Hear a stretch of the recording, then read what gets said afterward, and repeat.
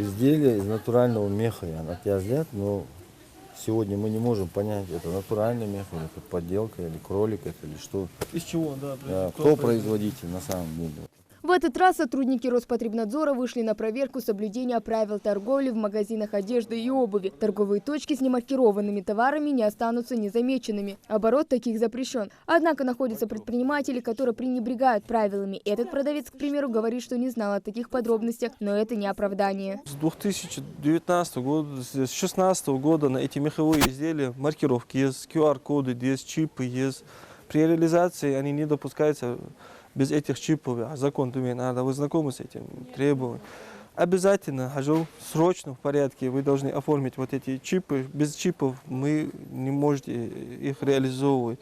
Вы сами должны быть зарегистрированы как индивидуальный предприниматель. И подобных отговорок много. Прошлогодний товар или тот, который не успели зарегистрировать. Но с февраля прошлого года все товарные остатки тоже должны быть промаркированы. От ответственности незнание закона никого не освобождает.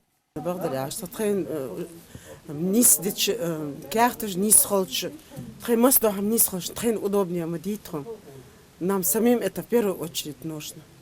А покупатели обычно просят показать?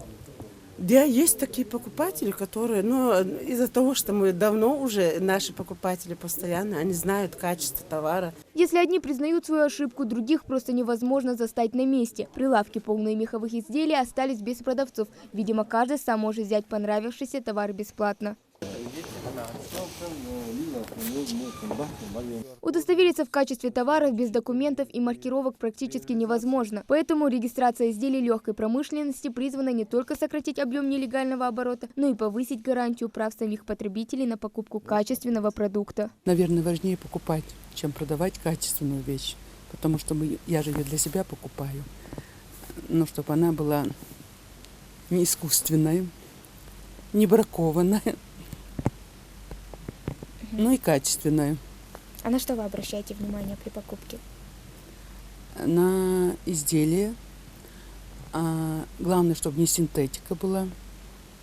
Это у меня самое первое, потому что у меня аллергия на синтетику. По информации Минпромторга, на российском рынке за последние 3 года выявлено более 10 миллионов единиц контрафакта. А следить его перемещение и реализацию без специальной системы до сих пор было практически невозможно. Сейчас же с этим легче. С помощью специального приложения «Честный знак», который сканирует цифровой код на изделии, покупатель может и сам удостовериться в легальности и продукции.